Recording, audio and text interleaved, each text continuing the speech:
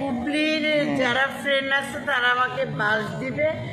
আর বুবলি যে একটা সংসার ভেঙে ডাইনি সংসার ভেঙে আসছে, সেটা যদি তার বুবলির ফ্রেন্ডরা বুঝতে পারে যে একটা সংসার ভাঙা মসজিদ ভাঙার সমান, বুবলি কি করে পারলো যে শাকিব খান বিয়ে করছে সে জায়গায় এসে বসতে।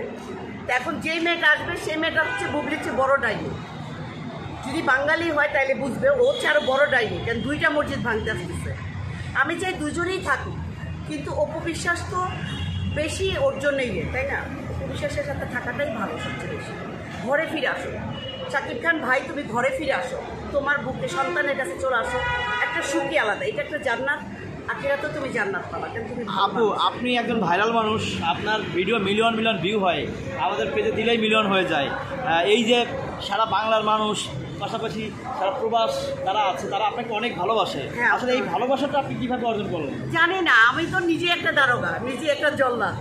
আমি এত জোরে কথা বলি, এত ইয়ে করে বলি, আর সবাইকে বাস দিই বলে। আমি বলে কি কাজল আপু তুমি মানুষকে বাস দাও? আসলে না, আমি মানুষকে ভালোবাসি বলে মানুষ আমাকে ভালোবাসে। মানুষ বুঝে যে রাগের মধ্যে ভালোবাসা আছে, হাসির মধ্যে মানুষ না জব করে। আপু অনেক কথা বললাম আপনার সাথে।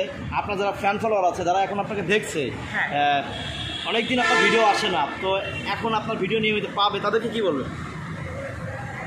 তাদেরকে কি বলবো, আসলে যারা যারা আমাকে অনেক শেয়ার করে, লাইক দেয়, কমেন্টস করে, তাদেরকে অনেক অনেক ভালোবাসা। আমাকে কেন করে জানি না, আমাকে এটা নিয়ে অনেকে ট্রোলও করে যে কাজল আপু তোমার মধ্যে কী আছে যে তোমাকে এত মানুষ ভালোবাসে।